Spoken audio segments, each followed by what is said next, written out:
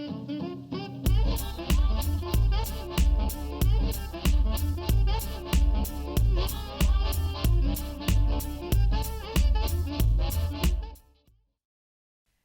moms, welcome to another episode of the Life Unboxed blog show, where we talk about all things momtrepreneur, from raising your kids to running a business, and the most important one, keeping your sanity. I am Jodie the mom from lifeunboxed.blog, and if you're enjoying this content, please like that subscribe button or hit the subscribe button, like the video, comment below, and if you're listening to the podcast, be sure to leave a 5-star review wherever you're listening and subscribe to the podcast. Remember, I would love to hear your questions that you just can't seem to get answered, so be sure to let me know what they are. So let's get into today's show. We're going to talk about 5 tips to create your work from home space or workspace for remote work on a budget. So I know you secretly dream of designing your house like Joanna Gaines. Everything is white and black, and it's clean and pristine. Well, let's be real.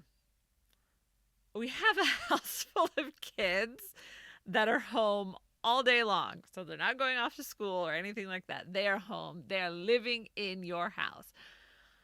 And your house is not going to look like the end result of fixer-upper as much as I wish it would.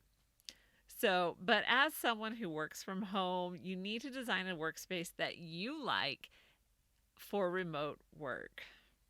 You broke free from the 9-to-5 so you can make your space your own. Make it fun and fill it with things that you like to look at. Be creative. However you want to do it, create a space that works for you and that you enjoy being in. And it doesn't need to break the bank. All right, so here are my 5 tips for designing your space for remote work. If you're working from home and homeschooling, you need a space that can literally accommodate everything. And staying organized is always a challenge. So here are my 5 tips to create that space.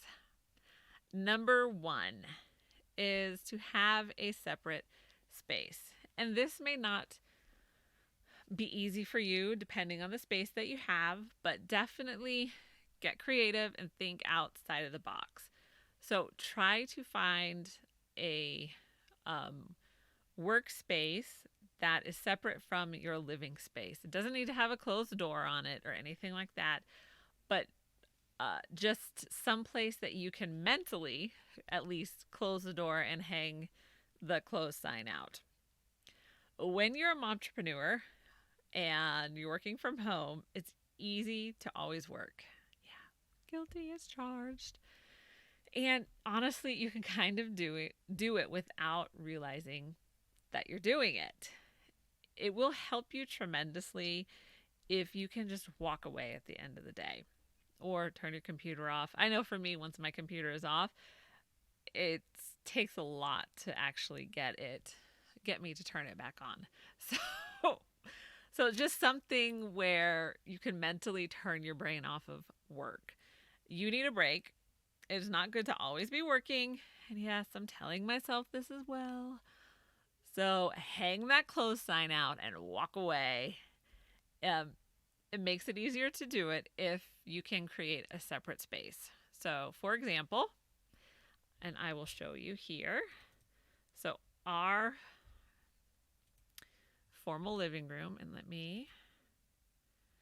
all right, here is our workspace. So our formal living room is the office / classroom / whatever. And although I don't have a door for it, because it is a separate space, I can walk away from it at the end of the day. So we have the 4-year-old sits here. I sit here, and it kind of goes around in an L. It's not an actual L desk. We made it an L desk from what we had. Then I have my storage here, file cabinet, and all sorts of goodies shoved underneath this side. So I got a lot out of a little. My second grader sits here. So this is his desk. My 8th grader is here.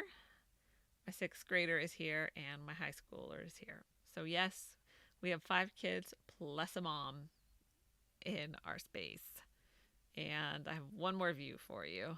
So this just gives you another view of the desks.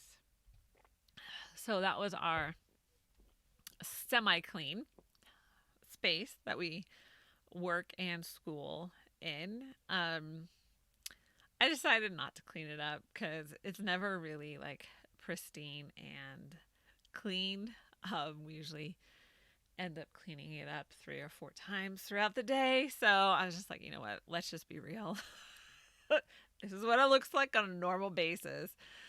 So number 2 is to make your space your own. So that was my phone. Sorry, I guess I should turn it off.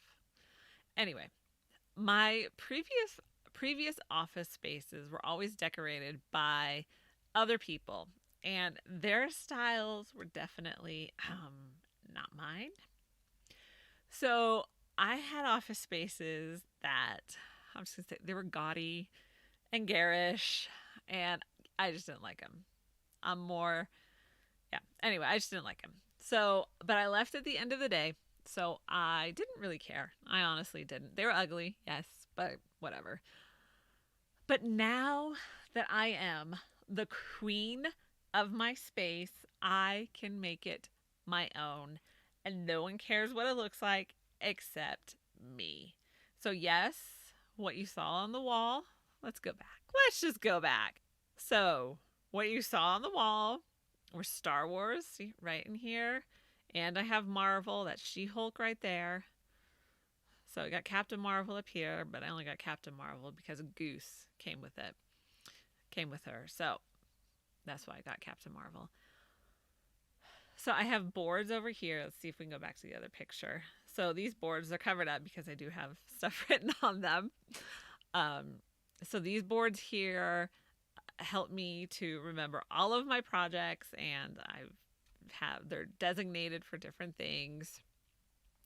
So make the space your own and be as creative as your budget will allow. So I didn't start with all of this. This has gone through a number of iterations over 7 years, because I've added kids to our school. I've switched kids around.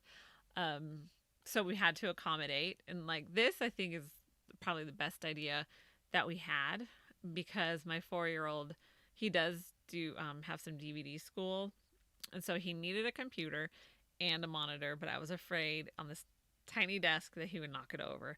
So we mounted his monitor onto my desk. And so now I don't have to worry about it crashing and burning. So to me, I thought this was just a great idea. So I wanted to share. All right, let's go back to camera. And again, so number 3 is to have fun things to look at. Now, I have an aversion to blank walls, and it's probably from growing up in the military and never really able to make the house our own. So yes, we never could paint the walls. We were always very careful with the number of pictures we hung on the walls because we had to fill in all the holes. So at this point in my life, I like color, I like art, I like action figures, as you can see, and my kids do too. So part of creating a space that you want to work in remotely is what you look at for hours a day.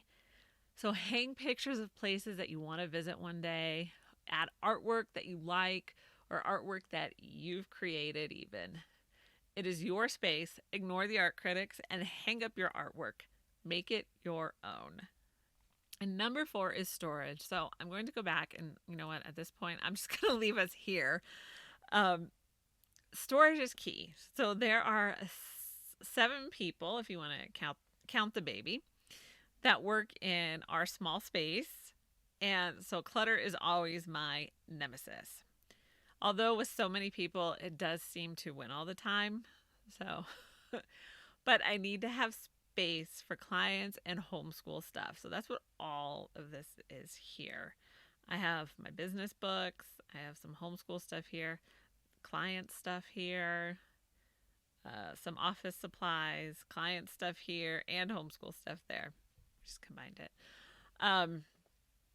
So the cube storage unit is one of my favorites because you can treat it like a file cabinet and you can also treat it like a bookshelf. So it's great as a flexible space, and they can hold a lot and they won't break the budget. That I think is the big one. Is you can get this shelf. I got this shelf at Walmart and it was not expensive and it works great.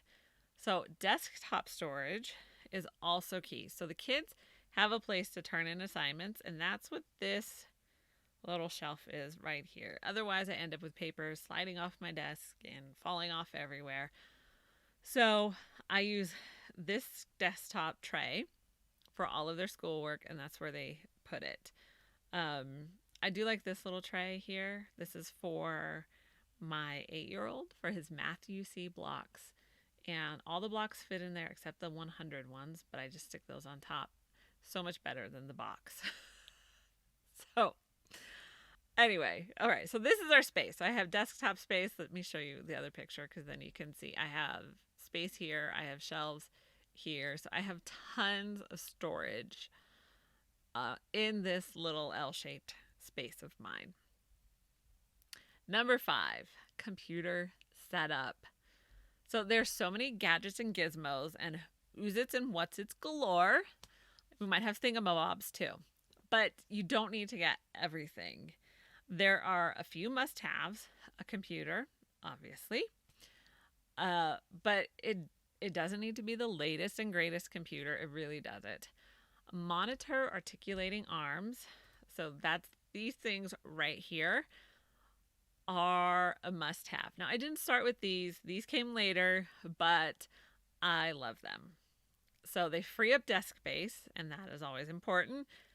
The other 2 must-haves would be a scanner and a printer. Now, depending on what your clients want you to do, you may not need these right away. Printer, you probably will. Definitely, especially if you're homeschooling, because there's so many free printables that you can find and study and all that good stuff. So I would definitely get the printer and then get the scanner. But those are 2 must-haves along with my articulating arms. These are awesome. And again, they're not super expensive. So I know starting out, things can be really tight, and that's okay. You can build up to it. You don't have to get everything right now. So those are my 5 tips, but keep this in mind as well. The great thing about creating a space for remote work is it can be a work in progress. You don't need to have this amazing looking office space right from the start. And you don't need to get everything and buy everything immediately. If you have a tight budget, again, most of us starting out do. I know I had an extremely tight budget. Just start with what would be helpful to you right now. You do need to be ready to take on clients, and I talked more about this in the previous show, how to become a virtual assistant, but that doesn't mean buying the latest and greatest right now. And seriously, go check out thrift stores too. Thrift stores, I find I get a lot of unique finds there, and so they may have some off-the-wall thing that would just be perfect for desk storage. So definitely check it out. Give yourself a budget, make a list of everything that you need to start, and then start with those items, and you can build over time and as you grow. The benefits of working remotely are that you get to create the space that fits your personality and what you like. No more garish furniture. So what is your favorite thing about your remote space? I would love to hear it or see it. So let me know, what is your must-have for your remote workspace. I am so glad you joined me today. If you want to help spread the word, be sure to like the video and subscribe to the channel.